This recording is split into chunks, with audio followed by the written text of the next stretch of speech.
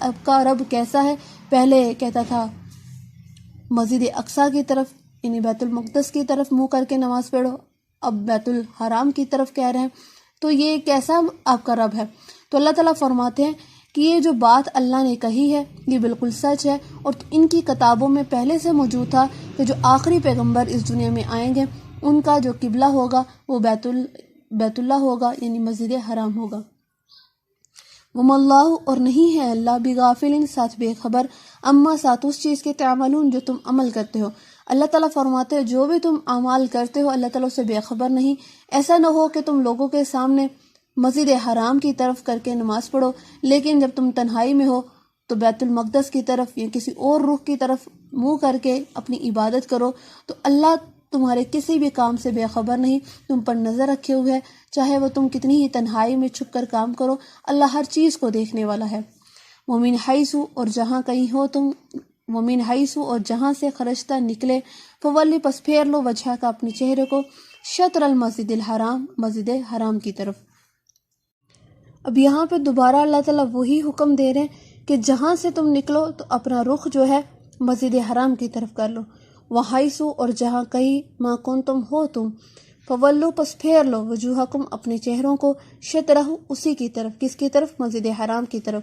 یہاں پہ اللہ تعالیٰ انفرادی طور پہ کہہ رہے ہیں، اب یہاں پہ سب کو مخاطب ہو کر کہہ رہے ہیں کہ جہاں کہیں بھی ہو تم اے مومنو، اے مسلمانوں، تو اپنا چہرہ جو ہے کس کی طرف کر لو؟ مسجد حرام کی طرف۔ ایسا نہ ہو کہ تم تنہائی میں مسجد حرام کی طرف نماز پڑھو اور جماعت میں جب تم پڑھو تو بیت المقدس کی طرف یا کسی اور رخ کی طرف کر کے نماز پڑھو یا عبادت کرو، ایسا ہرگز نہیں کرنا، بلکہ جہاں کہیں بھی ہو تم، چاہے تم کینیڈا میں ہو، یورپ میں ہو، پاکستان میں ہو یا دنیا کے کسی بھی کونے میں ہو، ٹھیک ہے، تو تم نے اپنا رخ کس کی طرف کرنا ہے؟ بیت اللہ کی طرف، مسجد حرام کی طرف۔ مسلمانوں کا ایک دیکھیں نا سینٹر آف پلیس کیا ہے؟ بیت اللہ، کہ تمام لوگ جتنے بھی مسلمان ہیں وہ کس کی طرف رخ کر کے نماز پڑھتے ہیں؟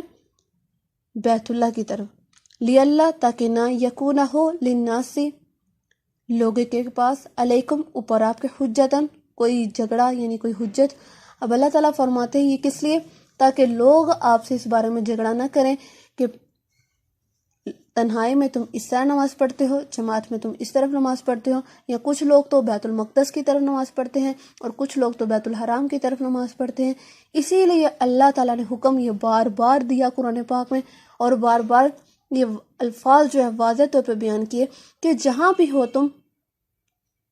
تم نے کہاں پہ اپنا رخ کرنا ہے؟ بیت اللہ کی طرف، مسجد حرام کی طرف، چاہے تم انفرادی نماز پڑھے ہو چاہے تم جماعت میں نماز پڑھے ہو۔ اِلَّا الَّذِينَ، مگر جو لوگ، ظَلَمُوا، جنہوں نے ظلم کیا، منہم، ان میں سے۔ اب اللہ تعالیٰ فرماتے ہیں کہ ان میں سے بعض لوگ ایسے ہیں جو ظالم ہیں، جو آپ کی بات نہیں مانیں گے، جو پھر بھی کوئی نہ کوئی جھگڑا لے کر آپ کے پاس آئیں گے۔ فَلَا تَخْشَوْهُمْ، پس نہ ڈرو ان سے، وَاخْشَوْنِی، اور ڈرو مجھ سے۔ اللہ تعالیٰ فرماتے ہیں آپ نے ان کی باتوں سے ڈرنا نہیں، ان کے کاموں سے، ان کی چالوں سے نہیں ڈرنا، آپ نے کس سے ڈرنا ہے؟ اللہ سے ڈرنا ہے۔ وَلِأُتِمَّ، اور میں پورا کروں گا، نعمتی، اپنی نعمت کو، علیکم، اوپر آپ کے، وَلَعَلَّکُمْ، اور تاکہ تم تہتدون، راہ پاؤ۔ اللہ تعالیٰ فرماتے ہیں کہ تم اللہ کی طرف رخ کر لو، اللہ کی عبادت میں اپنے آپ کو مطیع کر لو، فرمانبردار کر لو، اللہ کے تمام احکامات کو بخوبی پورا کرو، تو اللہ تعالیٰ تمہاری تمام یعنی خواہشات جو ہیں یا تمہارے دل کی جو آرزو ہیں اس کو بھی پورا کرے گا، تمہیں راہ راست پر بھی لائے گا اور اپنی تمام نعمتیں تم پر ضرور پورا کرے گا۔ کما، جیسے، ارسلنا، بھیجا ہم نے، فیکم، بیچ تمہارے، رسولاً، ایک رسول۔ اب یہاں پہ اللہ تعالیٰ ایک احسان ہمیں بتا رہے ہیں جو مومنوں پر کیا گیا خاص طور پہ، کہ اللہ تعالیٰ فرماتے ہیں کہ ہم نے تمہیں ایک رسول بھیجا، منکم، تم ہی میں سے، یعنی تم انسانوں میں سے ہی ایک رسول بھیجا، کوئی ایسا نہیں تھا کہ جو فرشتہ ہوتا جو زمین پر اڑتا تھا اور تمہیں اس کا یعنی اس کی حیت ایسی ہوتی یا اس کا بات ایسا ہوتا، انداز ایسا ہوتا تو تمہیں اس کی باتوں کی سمجھ نہ آتی۔ تو اللہ تعالیٰ نے تم پر یہ احسان کیا کہ تم ہی میں سے ایک رسول بھیجا جو تمہاری ہی طرح زندگی گزارتا تھا، جس نے تمہیں تمام زندگی کے جو معاملات تھے وہ تمہارے سامنے رکھ دیے اور ہر چیز کو واضح طور پر بیان کر دیا۔ یتلو پڑھتا تھا علیکم اوپر آپ کے، آیاتنا ہماری آیات، ویزکیکم اور پاک کرتا تم کو، ویعلم الکتاب اور سکھاتا علم تم کو کتاب کا، والحکمت اور حکمت کی باتیں، ویعلمکم اور سکھاتا تم کو معلم جو نہیں تکونو تھے تم تعلمون جانتے۔ اب اللہ تعالیٰ فرماتے ہیں جو تم ہی میں سے میں نے ایک رسول بھیجا وہ کیا کرتا تھا، ہماری آیات یعنی یہ قرآن تمہیں پڑھ پڑھ کر سناتا تھا، تمہیں کتاب جو دی گئی اس کا علم جو ہے وہ سکھاتا تھا، حکمت کی باتیں تمہیں بتاتا تھا، تمہارے دل جو گناہوں سے بھر چکے تھے ان کو اس نے پاک کیا اللہ کے حکم سے، اللہ کے پیغام کے ساتھ۔ معلم تکونو اور ایسی باتیں تمہیں بتائیں، ایسا علم تمہیں سکھایا جو پہلے تم نہیں جانتے تھے۔ اب اللہ فرماتے ہیں کہ تم نے کیا کرنا ہے، فذکرونی بس ذکر کرو میرا، اذکرکم تو میں ذکر کروں گا تمہارا، وشکرولی اور شکر کرو میرا، ولا تکفرون اور نہ کفر کرو۔ اللہ اکبر۔ اللہ تعالیٰ فرماتے ہیں کہ تم میرا ذکر کرو میں تمہارا ذکر کروں گا۔ سبحان اللہ۔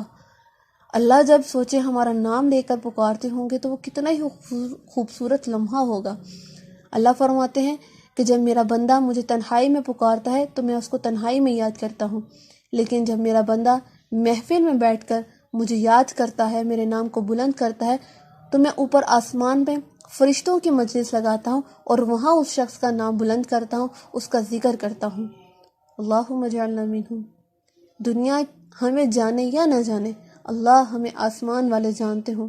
کتنا ہی وہ خوش نصیب ہوگا کہ جس کو پکار پکار کے اللہ تعالیٰ نام جو ہے اس کا لیتے ہوں گے اور فرشتوں کو بتاتے ہوں گے کہ یہ وہ میرا پسندیدہ بندہ ہے، یہ وہ میرا بندہ ہے جو مجھ سے اتنی محبت کرتا ہے کہ میرا حکم سنتے ہی فوراً اس پر عمل کرنے لگ جاتا ہے۔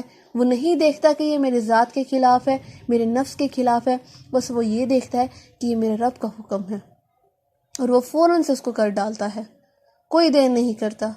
تو اللہ تعالیٰ یہاں پہ فرماتے تم نے کیا کرنا ہے، میرا ذکر کرنا ہے، میرے ذکر سے اپنی زبان کو تر رکھنا ہے، تو میں کیا کروں گا، تمہارا بھی ذکر کروں گا۔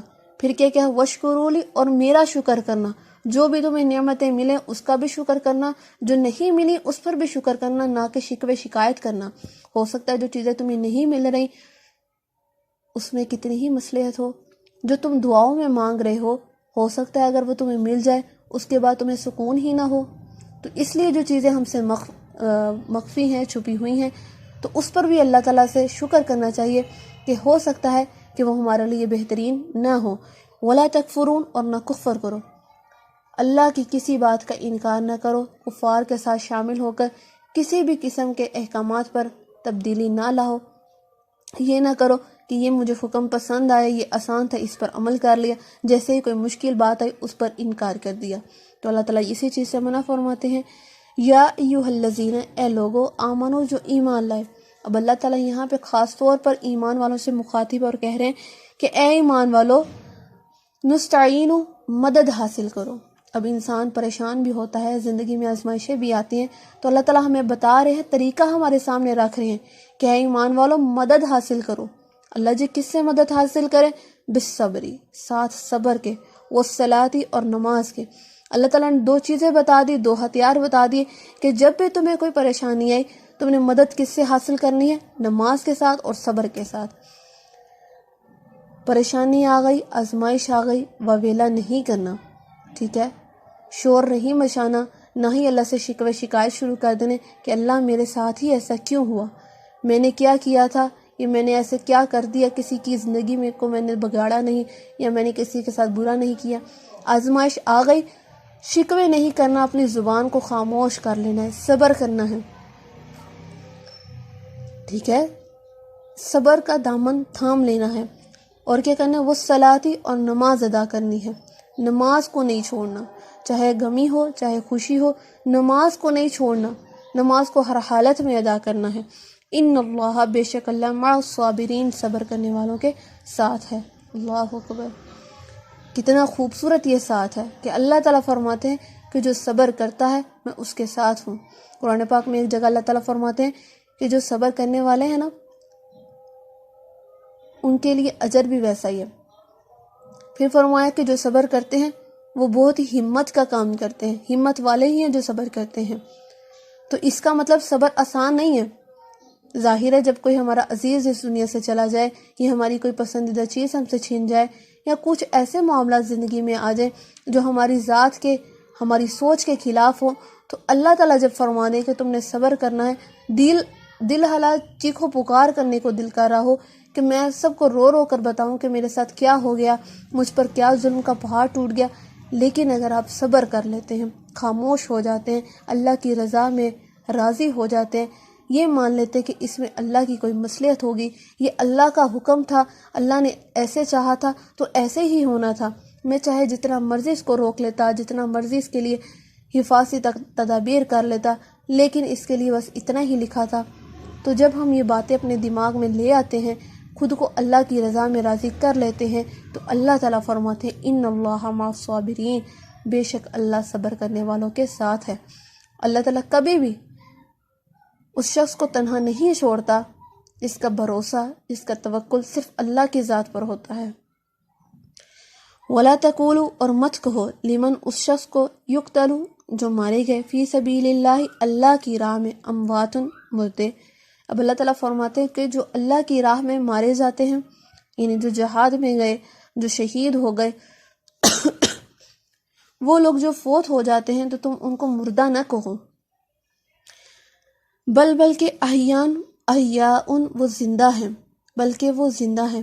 اب یہاں پہ اس آیت سے لوگوں کو بڑی غلطی لگی، لوگوں نے اس کا مفہوم ہی بدل دیا۔ انہوں نے کہا کہ جو لوگ اللہ کی راہ میں شہید ہو جاتے ہیں، یا جو راہ اللہ میں جو کام کرتے کرتے شہید ہو جاتے ہیں، وہ مرے ہی نہیں ہیں بلکہ وہ زندہ ہے۔ زندہ کس صورت میں؟ کہ وہ اس زندگی میں بھی زندہ ہیں، دنیا میں بھی ہیں، ہم ان سے دعائیں مانگیں گے تو وہ ہماری پکار سنیں گے اور ہماری پکار کو اللہ تک پہنچائیں گے۔ ایسا بالکل بھی نہیں ہے۔ اگر ہم ایسا کرتے ہیں تو یہ شرک کے زمرے میں آ جاتا ہے۔ کوئی نیک بندہ اس دنیا سے چلا گیا تو اس کا اگر نام اللہ نے زندہ رکھا ہے تو اس کا مطلب یہ نہیں کہ وہ اس دنیا میں بھی زندہ ہے۔ دنیا میں زندہ رہنے سے مراد کہ وہ قبر میں زندہ ہے اور آپ کی حاجات کو، آپ کی باتوں کو وہ سن رہا ہے، نہیں۔ اللہ تعالیٰ یہ فرماتے ہیں کہ جو شخص اس دنیا سے چلا گیا، جو اللہ کی راہ میں مارا گیا، یہاں پہ مارا گیا کا لفظ آیا نا، لیقتلوا، لمن یقتلوا، کہ جو مارا گیا فی سبیل اللہ، اللہ کی راہ میں، اموات، مردہ، یعنی ان لوگوں کو مردہ اس سینس میں نہ کہو، موت تو اس کو آ گئی، اس دنیا سے تو وہ رخصت ہو گیا۔ موت مردہ اس سینس میں نہیں کہنا کہ اللہ تعالیٰ نے شہیدوں کے لیے بڑی ہی عزت و احترام رکھی، ان کا بہت مقام رکھا، ان کا بہت درجہ رکھا، کہ اللہ تعالیٰ فرماتے ہیں کہ قرآن پاک میں کہ یہ جو شہید ہیں وہ اللہ کے ہاں رزق کھا رہے ہیں، جنتوں میں ان کی جو روحیں ہیں وہ پرندوں میں ہیں، اور وہ چلتی پھرتی اپنی من پسند جو ہے وہ رزق کھاتے پیتے ہیں اور وہ خوش ہیں۔ یہ قرآن پاک میں آتا ہے۔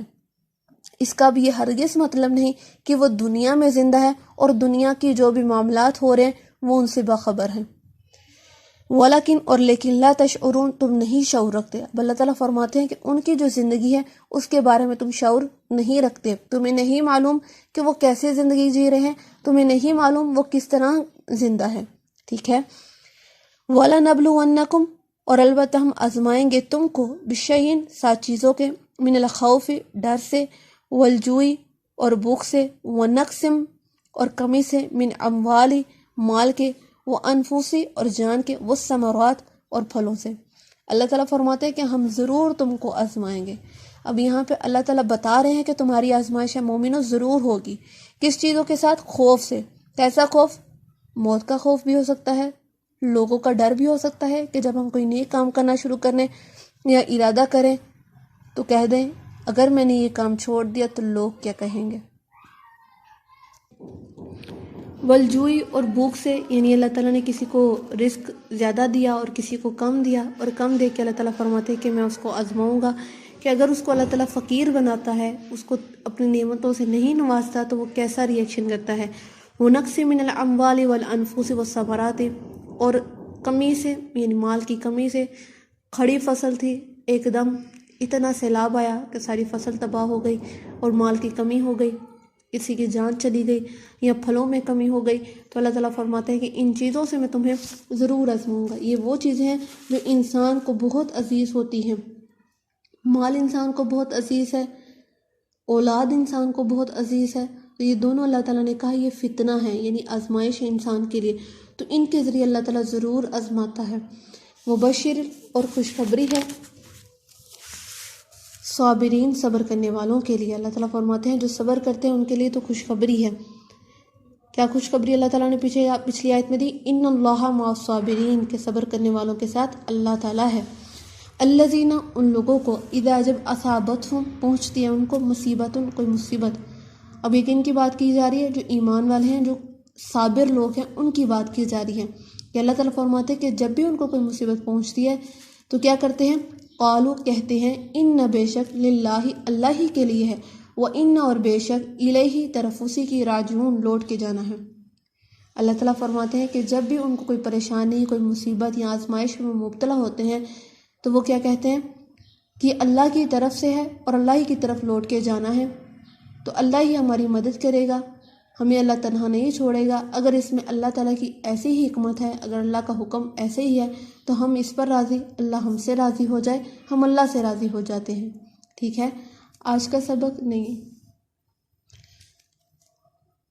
اولئک، یہی وہ لوگ ہیں، علیہم، اوپر ان کے، صلوات، درود ہے، من ربہم، ان کے رب کی طرف سے، ورحمت، اور رحمت ہے، واولئک، اور یہی لوگ، ہم المہتدون، ہدایت یافتہ ہیں۔ اب اللہ تعالیٰ فرماتے ہیں کہ جو لوگ صابر ہیں، اللہ تعالیٰ کی آزمائش میں پورا اترتے ہیں، اللہ تعالیٰ کی تمام باتوں پر ایمان لاتے ہیں، تمام احکامات کو بخوبی نبھاتے ہیں، اس کو پورا کرتے ہیں، تو اللہ تعالیٰ فرماتے ہیں ایسے لوگوں پر درود ہے ان کے رب کی طرف سے، اور رحمتیں ہیں، ان پر رحمتیں اللہ تعالیٰ نازل کرتا ہے، اور یہی وہ لوگ ہیں جو راہ پا چکے، جو ہدایت یافتہ ہیں، جن کو اللہ تعالیٰ نے پسند کر لیا، دنیا میں بھی اور آخرت میں بھی۔